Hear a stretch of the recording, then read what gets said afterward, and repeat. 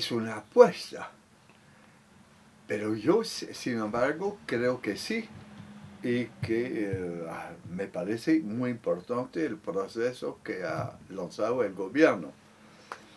Me parece que las condiciones están más favorables que nunca para un desenlace del conflicto armado propiamente dicho. Estoy hablando del conflicto armado, dejando de lado el problema de drogas, narcotráfico en el momento. ¿Por qué? En primer lugar, porque las FARC están militarmente debilitadas. No controlan sino una parte, un porcentaje muy limitado del territorio que controlaban hasta hace 6 años. Más que todo, las FARC perdieron realmente su imagen política y el desprestigio de las FARC en Colombia es altísimo. En algunas zonas las FARC siguen teniendo un apoyo local, más que todo en las zonas de cultivo de la droga por la protección que ofrece a los cultivadores, pequeños cultivadores.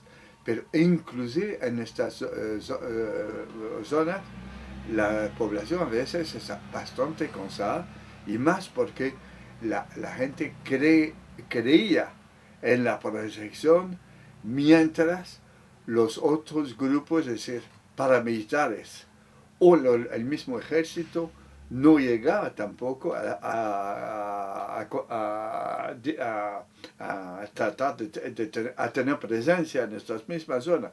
Una vez que hay disputa entre varios actores violentos, realmente la gente ya vive el mismo ambiente de miedo, de susto, etc. Yo creo que las FARC saben muy bien que perdieron algunas de sus figuras más importantes, muertos, en el caso de Marulanda de Vejes, y otros muertos en el conflicto, que las FARC ya no tienen realmente prestigio en la mayoría de la población, lejos de eso, y que además las FARC saben que tienen el riesgo, por ausencia de ese prestigio político, de tener un grado de desorganización en aumento. Son varias las zonas en las cuales se habla de muchos intercambios entre guerrillas y grupos exparamilitares o grupos narcotraficantes. Son muchos los departamentos de Colombia en los cuales los frentes de las FARC dedican más tiempo al comercio, al tráfico de drogas, que al combate. Y las FARC, los jefes políticos de las FARC, los que quedan como jefes, los miembros del secretariado, saben que realmente el riesgo es de que varios frentes se vayan por su lado y que poco a poco la disciplina venga al suelo. No es el caso todavía. Todavía los miembros del secretariado parece pueden dar consignas y se obedecen las consignas que ellos dan. Pero en las prácticas de los frentes, en muchas regiones, realmente son muchas las actividades que más bien son actividades ilegales vinculadas con el narcotráfico, con muchos contactos con otros grupos ilegales. Por otro lado, el gobierno sí todavía tiene un apoyo bastante fuerte, a pesar de que una parte importante de la opinión siga muy escéptica sobre el proceso de negociación. A pesar de todo, a mí me parece que la posibilidad de éxito viene de que para las FARC salir de la mesa de negociación sin ningún resultado sería un descalabro político aún mayor que lo que pasó después del fracaso del anterior proceso de paz. En el momento, ni los países, ni adentro, en la opinión colombiana, ni afuera, en los países amigos, ni en la opinión internacional, habría ningún apoyo para que siga el conflicto. Ahora, no dudo de que incluso si se llega, en caso de que se llegue a un acuerdo político, la violencia va a seguir.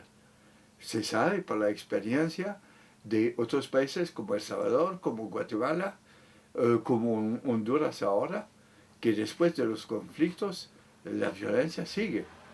Y no hay ninguna duda, yo creo, y Colombia tiene la experiencia, porque ya después de la violencia de los años 50, de la violencia política de los años 50, llegó un momento de la peor violencia, que fue una época del bandolerismo entre el año 56 y 64, donde hubo la mayor cantidad de masacres y de muertos.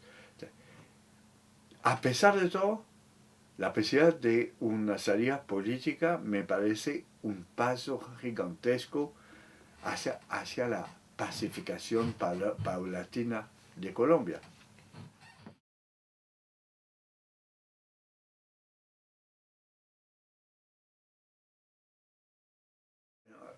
A mí me parece que lo que ocasionó el debilitamiento de las FARC no fue tanto el fortalecimiento de las fuerzas militares, a pesar de que eso ayudó muchísimo.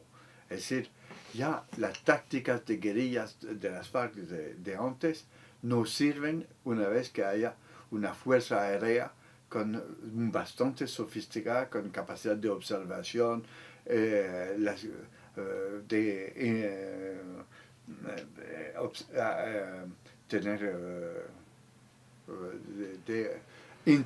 interceptar todas las comunicaciones, etc. Pero me parece que en el tiempo de Uribe lo que más importó fue la ofensiva paramilitar. El hecho de que durante 5 años los paramilitares, que son narcotraficantes, que se vuelven paramilitares, tuvieron las manos libres para actuar en muchas zonas. Y limpiaron, reconquistaron por la fuerza, por el terror sobre la población civil, por las masacres, muchos territorios de las FARC. Desde el año 85, con Uribe, no 85, 2005 quiero decir, ha habido una desmovilización oficial de los paramilitares. Sin embargo, se dice que todavía son más de 10.000 los miembros de las bandas llamadas criminales ahora, que en muchos casos son ex paramilitares ahora que participan de estas bandas. Es decir, que todavía en muchas zonas de Colombia se mantiene el susto, el terror, muchas zonas campesinas. No hay que olvidar, es un país con 5 millones de personas desplazadas, con no sé cuántos millones de hectáreas que pasaron de las manos de los campesinos a otras manos, a menudo en manos de los narcotraficantes. Y entonces que es un país que ha cambiado mucho, pero que vive todavía en muchas zonas, no en las ciudades, pero en el campo, bajo el imperio del miedo, del susto. Eso vale en las zonas donde se mantienen las FARC, como en las zonas donde se mantienen las bandas criminales o los paramilitares. Entonces, el factor más importante ha sido que Uribe ayudó, no obstaculizó de ninguna manera, al contrario, a la expansión de los paramilitares hasta el año 85. O más tarde, no se sabe, porque se sabe que en la misma, al lado de Uribe, incluye su jefe de seguridad personal, jefe de seguridad de la casa presidencial, se ha comprado, ahora está en la cárcel en Estados Unidos porque está totalmente metido tanto en el problema del narcotráfico como en el problema paramilitar.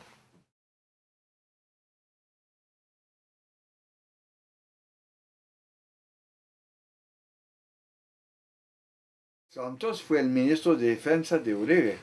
Participó en el momento en el cual las Fuerzas Armadas tuvieron los éxitos más fuertes, es decir, mataron a varios dirigentes de las FARC y muchos cuadros de las FARC. Ahora, Santos tiene un perfil diferente de Uribe. Uribe es un tipo del campo, un hacendado, un finquero. Santos es un gran oligarca, con un tío abuelo que fue presidente de la República, republicano. Hay una tradición republicana en Colombia que viene de principios del siglo XX, que ha sido muy influyente hasta los años 30, 40, de la cual el tío abuelo del actual Santos, Eduardo Santos, fue un actor importante. Yo creo que Santos, el actual Juan Manuel, es lo suficiente miembro de las clases dirigentes, de las clases altas,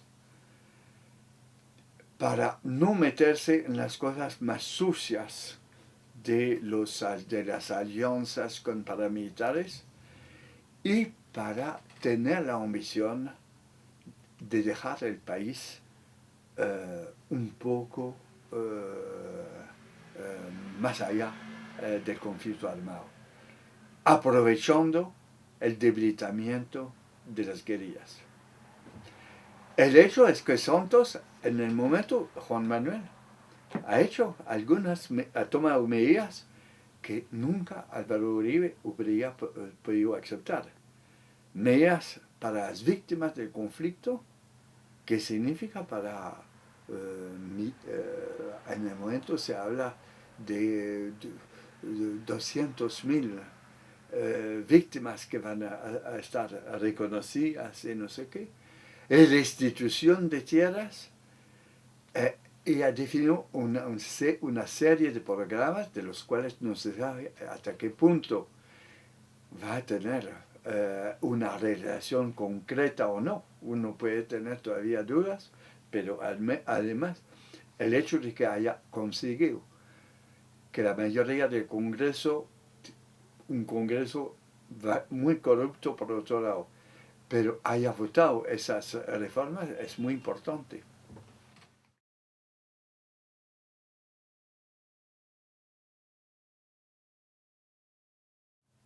Yo creo que es un país que tiene un porvenir importante, es decir, ya se ha vuelto la tercera potencia de América Latina, es decir, más fuerte, una economía más promisoria que las de Argentina.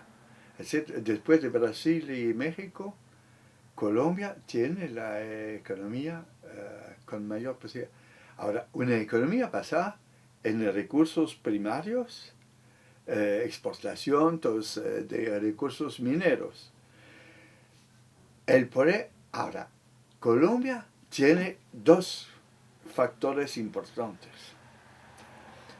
A pesar de la violencia, Colombia nunca ha tenido un sistema meramente autoritario.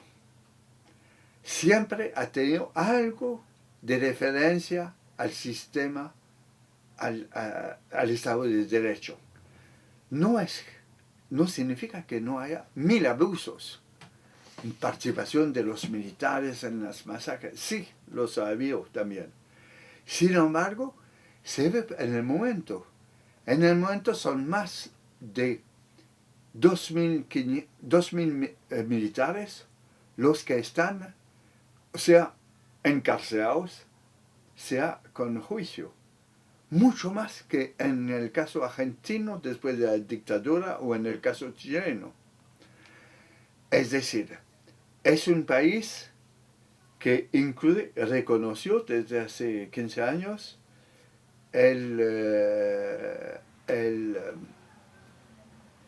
la justicia internacional, es decir, que sabe que para salir del conflicto tiene que tener cuidado, es decir, que tiene que hacer un juicio a los responsables de los mayores crímenes de guerra y de lesa humanidad.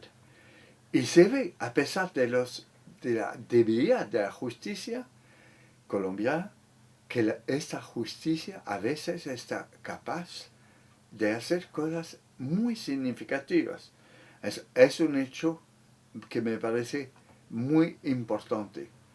Lo otro es que yo diría, dejando de la clase, gran parte de la clase política regional, muy mediocre, muy corrupta, etc. Hay una clase dirigente en Colombia a lo largo de los años que ha sido una clase dirigente, tecnócratas formados en el Banco Mundial o no sé qué, que tienen una formación bastante buena y que han hecho que Colombia es el único país de América Latina que nunca ha tenido periodos de hiperinflación, de crisis económica, de un desastre económico. No, nada. Ha tenido un manejo siempre cauteloso. Ahora, los desafíos son el grado altísimo de corrupción, que todavía está muy presente, la dificultad de concretar las reformas que Santos prometió, porque no hay ninguna duda que va a haber mucha resistencia de sectores poderosos, desde los sectores hacendados tradicionales, sectores relacionados con narcotraficantes, para impedir la restitución de tierras y que medidas en favor de las víctimas. Además, no, son desafíos importantes.